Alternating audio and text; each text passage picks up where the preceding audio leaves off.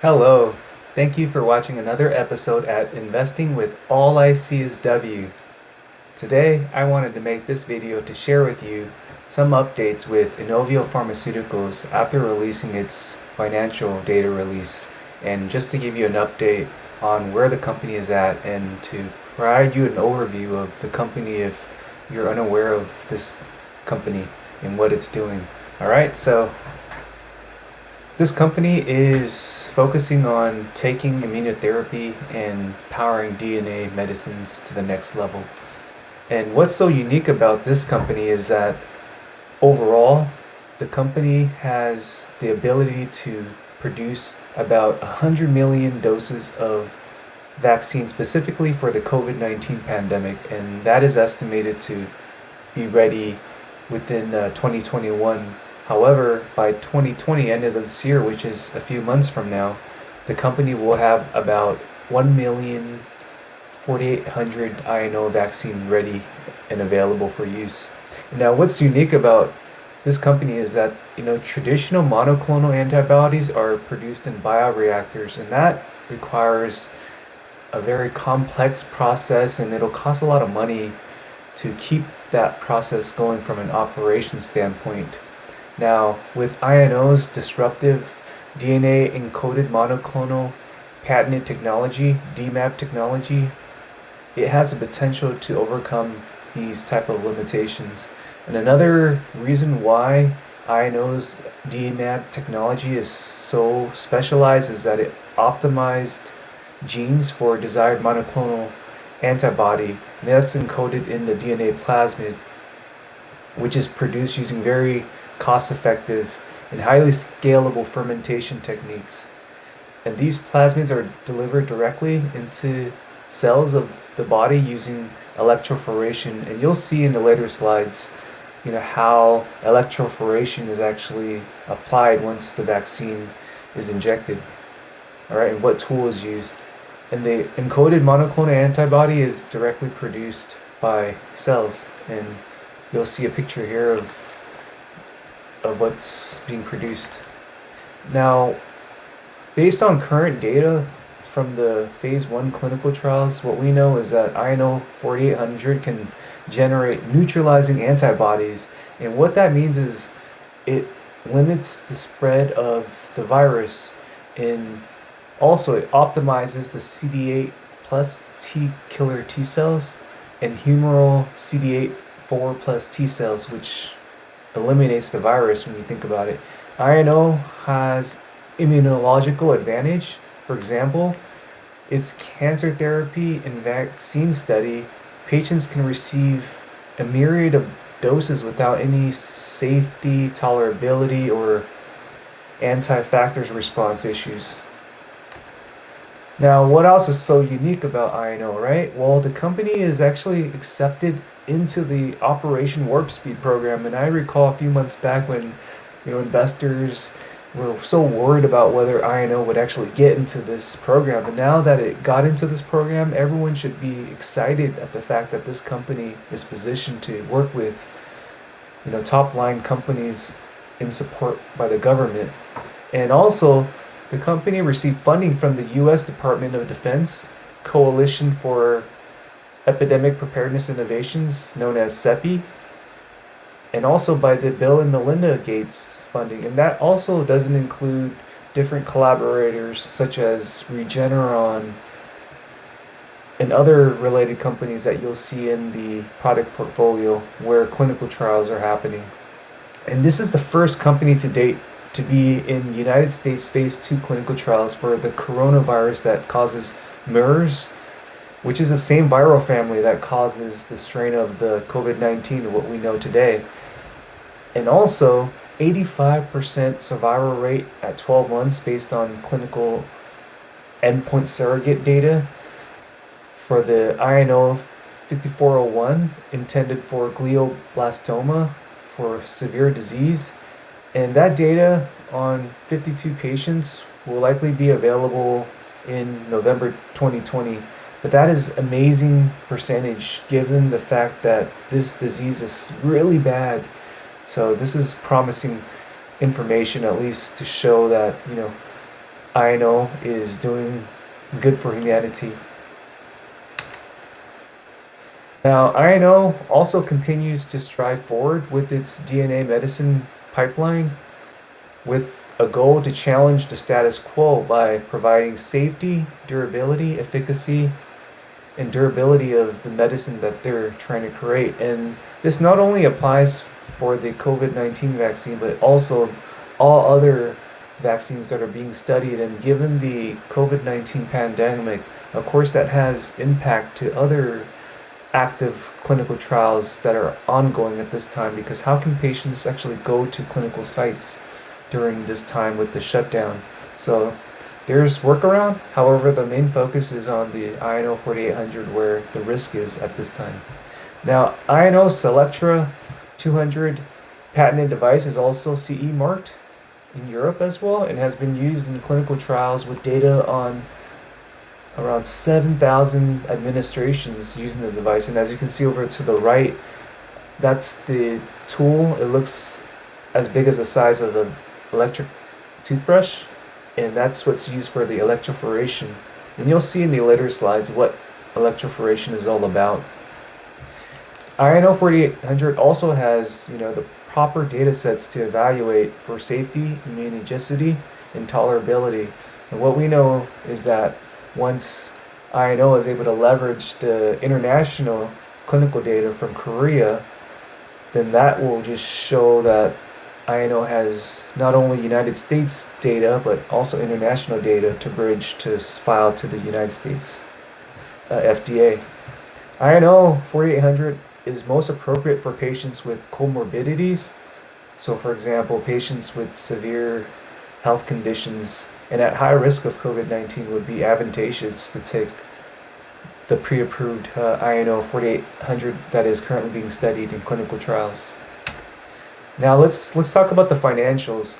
So from what I learned, INO is in a good solid state right now. I mean, from how I see the company's position with its finances, the fact that it's getting funding from government support, I think that positions itself to do well. And the good thing is that INO currently has about $400 million in cash reserve. What that means is that's INO's liquidity or cash available for any type of unexpected or any planned event that the company is operating on. And although INO's solvency and profitability numbers aren't showing promising results at this time, of course, because we don't see any sales at this time, it will likely come with respect to time.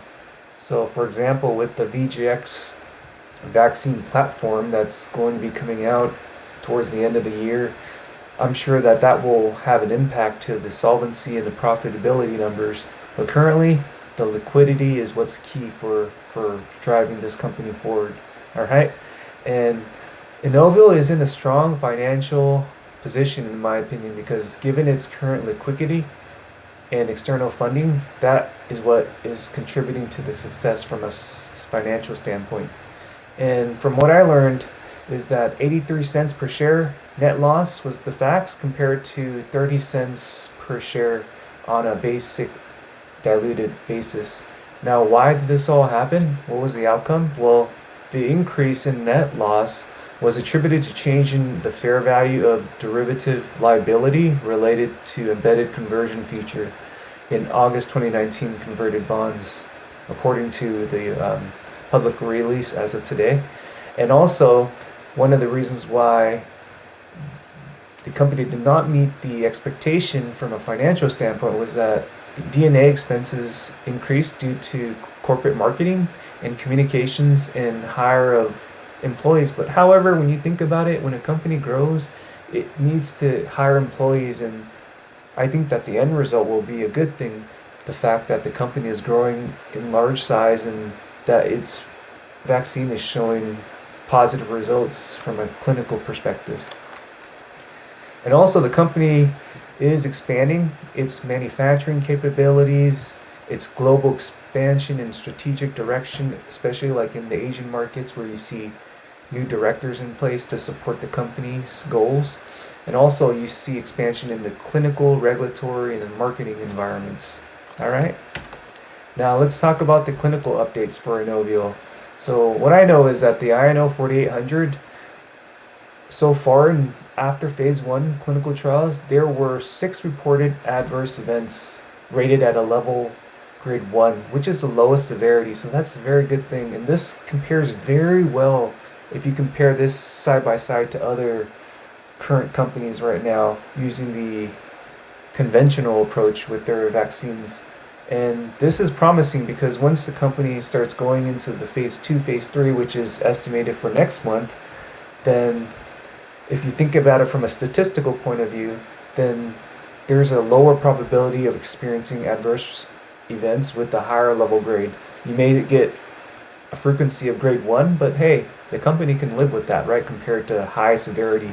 Because when you do risk assessment, it's probability of occurrence times the severity, which equates to your risk. Now, let's say if your severity is low, which is level grade 1, and you have a high probability, that's still considered a low risk. So that's what's key. All right. Now, there's also positive results coming from the VGX3100 for the human papillomavirus, anal, vulvar dysplasia, and that remains on track where the company is going to report its top-line data from the Review 1 experiment. And from the HPV program intended for the INO 3107, where it received ODD status from the FDA, and that's to treat that very severe condition, RRP, because patients with RRP live a very unplanned life because patients have to schedule for surgeries throughout the whole year, and for that reason, it's difficult for patients to live a normal life. Now, the goal is to obtain approval to use both on adults for studies as well as pediatrics for the INO 3107. So that's very good news for Inovio in terms of how they're implementing their purpose to deliver urgent needs by providing therapy from a DNA immunotherapy vaccine perspective for patients in need.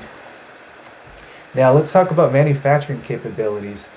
INO has the ability to scale up to 100 million vaccine doses of INO 4800 using its proprietary process called Syncon.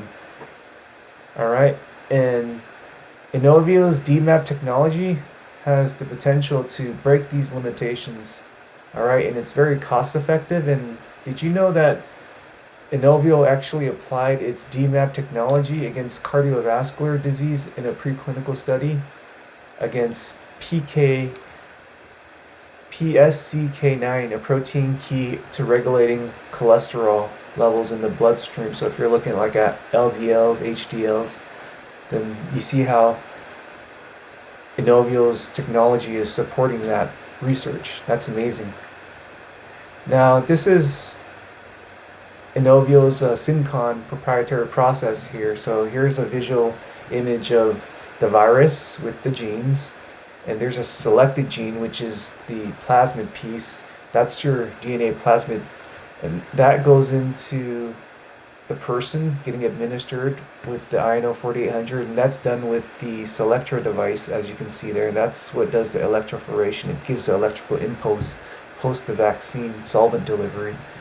And as you can see here, you'll see skin cells, transfected cells, antigens, and you'll see your lymph nodes explained here, where you'll have your killer T cells. So you want a lot of your helper killer T cells to support your immune system. And as you can see here, you have block viruses with your antibodies. So you have neutralizing antibodies in yellow, and you have the increase in your helper T cells, CD8 plus, CD8-4 from your humoral. So that's represented in blue. All right. Now here is a picture of electrophoration, and this was a slide pulled from Inovio. And as you can see, the electric field's applied. So once you inject the vaccine, the key is to have an electrical impulse, and what that does is it allows for the antibodies and the T cells and for your lymph nodes and for your cell to produce the coded antigen. So it enhances the immune response by leveraging electroporation. So that ensures the effectiveness of the vaccine, and it supports its delivery for safety and efficacy. Now let's talk about timelines and updates for the company. So the goal for Inovio is to advance the INO 4800 COVID-19 vaccine into phase 2 and 3 of US clinical trials in September of 2020. The goal is to have about 1 million doses of INO 4800 available end of 2020 and 100 million doses in 2021. INO 4800 is estimated to receive potential emergency use authorization in 2021 for biologics license application, BLA submission. But that's possible, although we don't know the true timelines, and it's all dependent on the infection rates, as what the CEO of Inovio Pharmaceuticals has stated. And this is looking promising here. I mean, if the company does achieve EUA, then that just proves that the company's vaccine for the COVID-19 is clinically beneficial than not taking it and posing a risk for yourself. Now, let's talk about the company outlook and the share price value, okay? Now, Inovio is well positioned to advance its COVID-19 vaccine platform into clinical trials for 2 and 3 in September 2028, based on the discussion today. And the future value of INO's share value can reach a high price target, in my opinion, of $50 or beyond by end of Q3. As the company hurdles through the clinical trials process, I foresee that its share price will likely increase as it goes up. But please be mindful that the information I'm giving you today is guidance only, and always please do your investment research if you're trying to make an investment in Inovio Pharmaceuticals. Okay? I'm only just sharing with you my forecast from a share price value perspective. And that's all. Thank you so much for watching Investing with All I See Is W.